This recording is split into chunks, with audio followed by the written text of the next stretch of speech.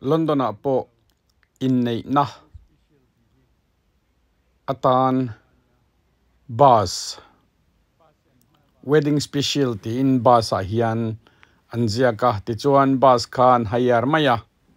amoi nai amoi dang dai ve em ani mi an phur ema te khan bus a khan arwalin an chuanga tin an van kan van nei na chu ti dai la mishing an leng tam ta ni achunga le hnuaya car tha in nei na local thailo te reception na in nei na rankal motor nei mai lo tan khan a ol sam ema ti khan bus kha an hayar ta a bus a khan an du angin wedding special ti kha an ziak ta ami ten zuan lu lo nan just married ti kha an ziak bok ta a ngatinge ti chuan kha an tar lo chuan public kha an zuang lut ve mayang an lon ve mayang ti kha a lo oma he in nei na ta na invitees ho kha heta hian an chuanga tiang chuan car ron keng rem chang lo te le nge ni transport dang ron keng thailo rem chang lo te tan khan mun khata ti khan an chuanga te chuan reception a khan ol sam takin an luta chuan helai mun hi pubs ania kan in bul mai ania chu wang chuan hemuna hian in turin nan ron kal khoma cocktail te ponianga engen in don champagne te poni mai thei khami kha in turin helai muna hian an lut don ani te chuan bus hi akalanga bus akal nu hian adang a group danga vashwai le anga tiang chuan helai a hian hunlim om tak in nei zo to nuwa khan an ron mang don ani chu saprama po bus kan mang ani chuan mizorama po bus kan nei thota kan bus te khatlemin in nei na ta na man tur kha chu han rong te mo han noi tra in le han timoi ve deu taila anuam dang dai don khopin ka sia ami puite tan le khamia in nei na mang tur local te tan khan anom dang dai karenga chu wang chuan mizorama po hian bus kan nei thota kan bus te kha special video khan in nei nia man tur ang chi te po kha siam ta se in nei nia ren tur ang chi te po khan ba so khan lo siam ta se la arem chang in anuamin a ol sam khopin arin hei hi chin ve tlak ni in ka ria a karan da ani tuna chuan London turang hetia kan huang hian public transport kan tia underground hi tube te kan tia underground te kan tia khata khan thui tak kal na tur awma wangin le in len po na kha ol sam em maya chumi chu nilenga kat man dan te thakata tan te an lopan tiang khan a lei thei ta ka thi chu oyster kat te po kan tia kan top up thinani amar chu tun nuwa chuan oyster kat kher po ngai lo travel kat kher po ngai lo khan ATM card kan ti kha hei chip an pin kan ti mai chip reng kha chuan hei hi aman thei ta kan han dep zeu kha aloin hong mai thin ni mitam tak te ro chu mai ro chu hetiang card keng lo chuan lu thei lo ani a paisa tel lo chuan eng ma heti thei lo angania amaro chu group te kan lo tur chuan mitam tak chu anan in zebru sham te po kan thin ani tlan lu ro an te khanin a hun lai khan mi pani te po anan lu chang thina amai ro chu duty nan man vei ro chuan kha poi em ta dan lo anga an chuan kha dan khan a sem thina ni chu ta chuan sum safe tum na wang khan sum tam tak kha a choi thei zo ka ni ti ria in dan kha min an zom ram thin ani ti kha kan sei le du ni te chuan helai kan chua hian Piccadilly station kan ti kha ani a helai mun hi London a chuan lare mai ani a Piccadilly Circus ani a te chuan hei tuna advertisement board kan hmu ki kita khian adu te chuan until te company te enge mo kha advertise turan ti kha an pe ti khan advertise kha 24 hours khan ani chuan helai mun a hian tourist tam tak an local khoma hei tuna kan hmu te tourist bus ania tour bus te hi an chei moi thei khop maya anala thahan lak pui po nuam chu te khop chuanin bus te po hi an enkol faya an vong thiang hlimani khang te wang khan a khopui chung po kha ati nal pha ani chu khopui kha chei ta ni motor te alo thiang hlima lo nal hi chuan khopui po kha alang moi ve zel ani ti lai te kha soi du boka tin thla te han la ila background na drop deu lo chuan anuam mi lo chu wang chuan thla kan han la bus moi takte car moi takte lo hi chuanin athalak en te po kha lo nuam ve le zela khatyang te kha kan soi chan ani ya hi tu na mi bus local te po hi tour bus an ni a an moi em zela ni hei hetiang hian uluk takin til hi an maintain a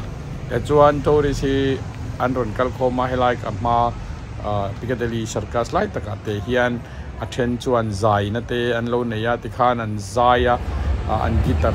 bom ten honga ti khan poi sabo thak du in an thaka thak du lo chuan an thak lo mai a tiang khan an lo zai ngong ani then te pe chu lap ten lo so a tiang chuan in poisa an dan chi sang kha om ve a hemi street ta te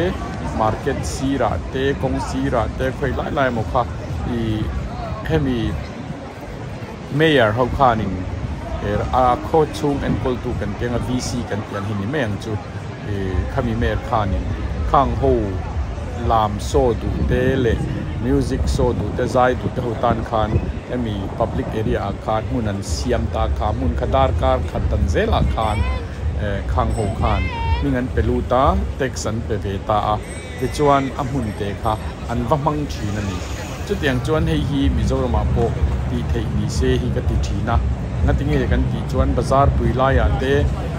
mi an zaya kha mitam tak chuan an nok an lo ti thei ni chumi an nok kan ti lo na tur chuan khang zai te po khan an zai man khalai bazar an lo man te kha dar kar khat chung ka paisa kha pe ve thin ta sela ti chuan an ti tur ang an ti asum choi tin ni kha chuan ti an nok lok dan kha om ta ni fel fai zok ati the ni ti kha he ka video tang hian karon so du chuan tu na hian chaina ta na kan lut pheita hei hi chaina ho mun ani chaini so hi an mak khop maya khovel ram thanga hian ka jin nem to chuta chuan ka kal na hian chaini so hian town an lo nei thei zel mai ni amaro chu Indian hian town ti zone kan nei ve lo ta Indian ero chuan hun bi an nei chen na bi an lo nei ve tho ta khan an ma ni len ma ni ko kha nan London chuan East Ham kha vai ho tam na ni chuan South Hall te khatiang kha India ho tam hom na ani ve thuma chuan Chinese ho chuan helai Soho area Chinatown kha an lo nei ta ni chuan London atang hian in ti khoi lai po hi travel don tai la train hi kan huang ai tu na train teng te hi thut na nuam te mai hian an siama do kan te fel fai tak ten om sela heng teng te po hi London atang kan han jin chuak tur kha train a khan toilet te engkim mai kha lo om veka man la India rama chuan second class third class te pon tin ka sia nima se kha tiang kha om ve lo engkim mai hi a fel 5 ka mai ro chu first class thut na khai ro chu ta hian an siam big lo thei lo ta chu chunga tinge ti chuan public te ne na in mix nuai lo an du wang khan first class kha chuan paisa kha an choi tam deuh ani maya ti khan an choi tam na chuan an chuan na tur po kha lo chang kang ta tin silent zone te an la ti le ta hei tong nuai lo na mun tur kan ti ni chu mitam tak chu kan han lu ta kan tong nuai midang kabulami ten enge an ti eng mi ngen ni ti portion lo khan kan lu ta kan beng chenga midang tan khan beng cheng kan siama nok kan ni the ni chung te wang chon silent zone an ti le ta khami ga tong mi lo na mun tur ngoi renga thuta le khabuchia duina chiara mani enge ni tong ri lawa khatianga omna mun tur kha asan pa ten ti khan an siam thin ni heng te hi ramdang hoin an ti dan ani chu report karon penual ani chu ti hian hemi khol kan soi hi enge card nei lo tan chuan kha alu tlang thei mi lo ta card nei chau khan alu tlang the ticket nei zelanga ya card ATM card ka keng lo ni chon ticket kha ka lei nge ngai ni na ani ti hian duty hin om reng ta duty ho khan an card te mo enyo fel lo chon an lo pu na amai ro chu kha tiang lu ru ten lo oma an man chuan double mai po ni lo khem na kha cho atok then kha ka han soitel du boka helai hi Waterloo station ania helai hian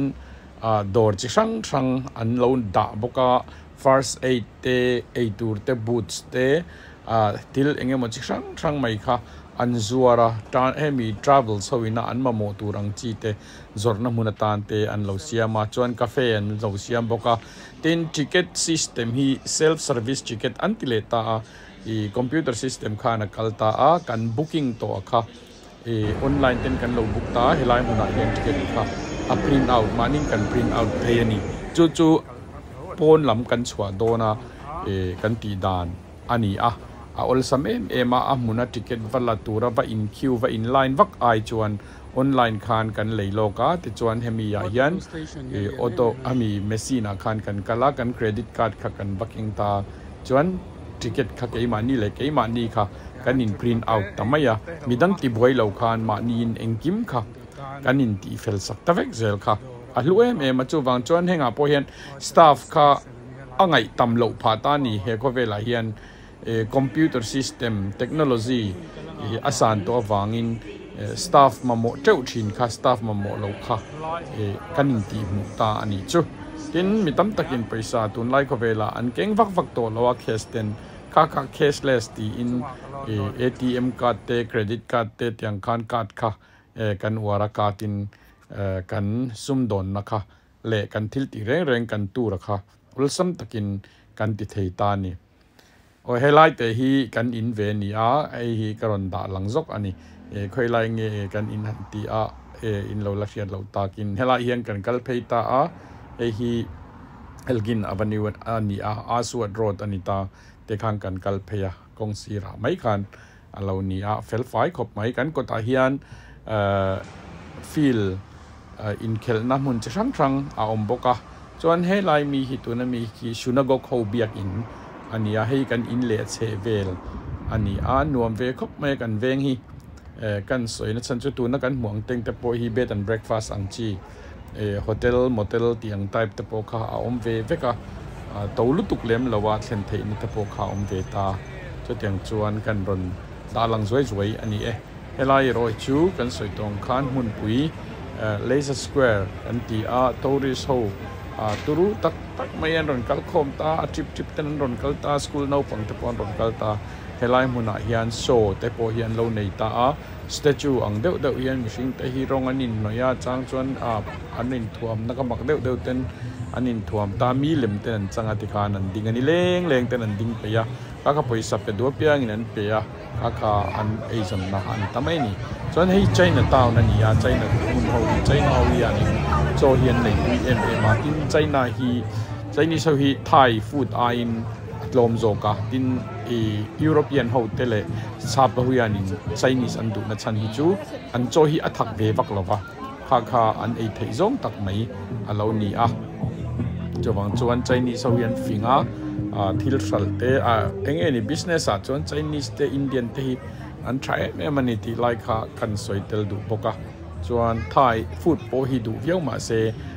alo thak theta athak ngam ve te kha ni angai ve a tuya ato po to zo ka chu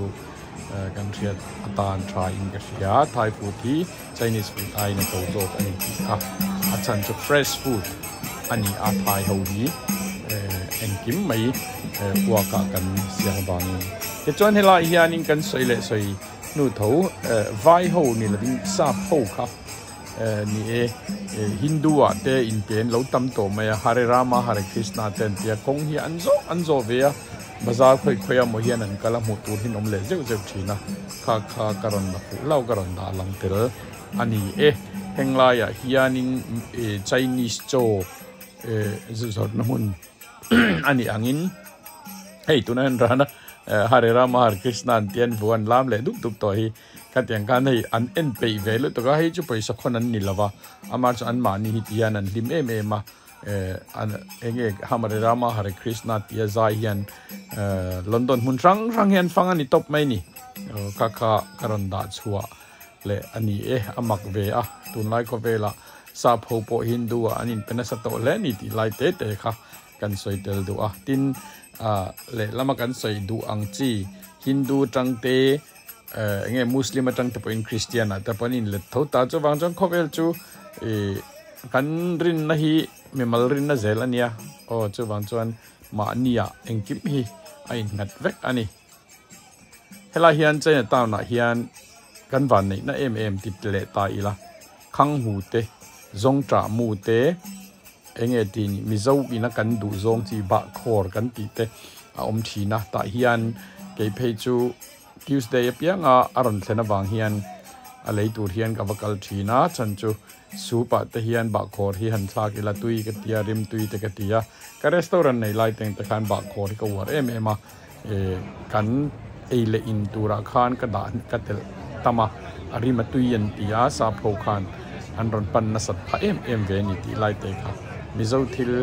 a chuan ba khor hi ka wara chuan khang hu hi amletin ka siama hi poi ka thar that pol tak athin ve nge ani ole khatyang kha Chinatown kalphung ani a hei bazara kan mu a mitam tak an thua ron eile in turan lokala amai ro chu kovel akal zela hemi covid-19 anni chhota ka khan restaurant te po tam tak chuan an tlak chiat pui ve a ma sela hei tuna chuan covid kha are to wangin mi te po kan ngam pale to ta a in chunga ai chuan pona ei du zok te po kan tama chu wang chuan pon te kha an han zar ta pona hian ei turin an local thina nuam an ti emani zan rei tak hi helai muna hian ei le in turin mi an local thin ani tin khwa hi atlai hara samara hian anuam em ta samara chuan tlai dar kwa dar som te hian ala eng ut maya chu wang chuan summer hian mishing hi an chuak na sem em mai ni ti kha kan soitel bok ani amu nom in ti karinga chuwang chuan heng London mun sang te karon kalkwal pui thin chewa heng ang hun ang te mitam tak ina kan la mu lo te po ani thina wangin kathil mu te karon ser pui thin chewa chuan hei hi thia tarania theater hi cinema hall a in theater a hian mishing hi an tamzo ka mani o ti turania cinema ai chuan theater hi kan ngai sang nin ka sia theater ro chu ato po tawa seat pakhat man ringot po hi pound som li panga te ni thina pound som nga te pound som li panga te tiang khan ani chauthina to viawani chu wang chuan live ani wang khan ato lo thei lawa ma se an lom em thung cinema hall hi chu mi an tam em ka mungai lo chu ti zok chu ka mu ve da na ni London a hian emponi se ni film industry te cassette te recording ti lampang te tun nuwa khovel standard kal chho zela enge kan du ang zong te technology athatwa mobile atang ten kan du ang zong kan lo en thei to sia khang te wang po kha niang cinema hall kal hi an tam em lovin ka sia elai hi Soho area mun then khat lai ni a henga teng te po hian mi veiwa ki anom ve renga kanin pel show reng hi ni helai hi chu Oxford Street kan ti khania helai area hi mun poimo em mai street poimo ania Oxford Circus Oxford Street kan tia Regent Street in ti hian ron tan chole boka te chuan helai muna hian H&M Nike Adidas sport item chang kham boka TK Maxx te le John Lewis te Selfridges te tiang khan dor changkang tak om na mun ani hi London a chuan US ya kan Times Square ang ve deuh khani tiang chuan helai hi a street aturua mi pui tam tak kalkhom na le bazar na mun pui ani ve dor lian tak le dor changkang tak om na mun ani no pang lom zong ang chi kan ti Hamleys kan ti teng te po hi henga hian dor om veka tiang chuan tourist attract atamani ti ila adikang hemi kan flag tuna kan tar hi kan queen kum somsari ro arel kha kum in kha ania kum in hi ania wangin kan latar rengani